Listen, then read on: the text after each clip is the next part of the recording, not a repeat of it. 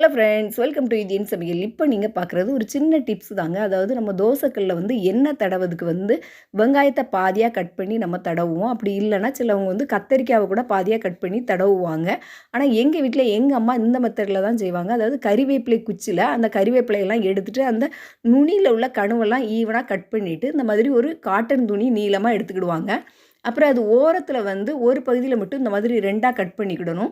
அப்புறம் அந்த துணிய வந்து அந்த கறிவேப்பில குச்சில வைக்கும்போது கொஞ்சம் எக்ஸ்ட்ரா மேல துணி இருக்கிற மாதிரி பார்த்து நல்லா சுத்திட்டு, அந்த துணிய வச்சு நல்லா இப்படி முடிச்சு போட்டுறணும். அப்புறம் எக்ஸ்ட்ரா வர துணிய வந்து நீங்க நீட்டா கட் பண்ணி எடுத்துருங்க. அப்புறம் இத வந்து ஒரு பவுல்ல வந்து எண்ணெய வச்சு, இந்த கம்ப நல்லா முக்கிட்டு, நீங்க தோசை கல்லுல நீங்க இப்படி நல்லா ஸ்ப்ரெட் பண்ணீங்கன்னா, ஈவனா அழகா வந்து அந்த எண்ணெய் வந்து ஸ்ப்ரெட் ஆயிரும். அப்புறம் நீங்க தோசை சூப்பரா சுட்டுறலாம். இதில வந்து நம்ம வெங்காயம்லாம் தடவும்போது சில நேரம் கையில வந்து பொத்து விட்டுரும். ஆனா இந்த மாதிரி குச்சி வச்சு ட்ரை பண்ணும்போது எந்த ஒரு பிரச்சனையும் வராதுங்க. ட்ரை பண்ணி பாருங்க. Thank you.